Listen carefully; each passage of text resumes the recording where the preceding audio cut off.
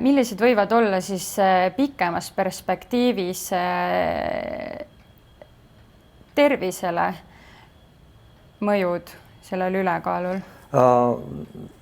No väga palju haigusi, siis veresoonte probleemid haigusi, siis on sedimistraktid haigused ja apnoe kindlasti ja südameprobleemid ja kindlasti, ma ei räägi kolesterooli tase kõrge ja diabeet võib onkoloogia ja kui räägime pikemas perspektiivis, siis on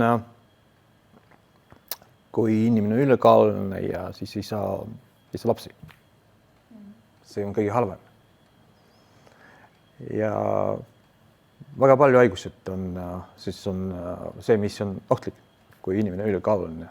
Ja näiteks kui inimene on noorem, siis ta ei pane tähele. See on tähtsam. Et kui tuleb 40 või peale 40, siis on kõik. Siis juba organism töötab teismoodi.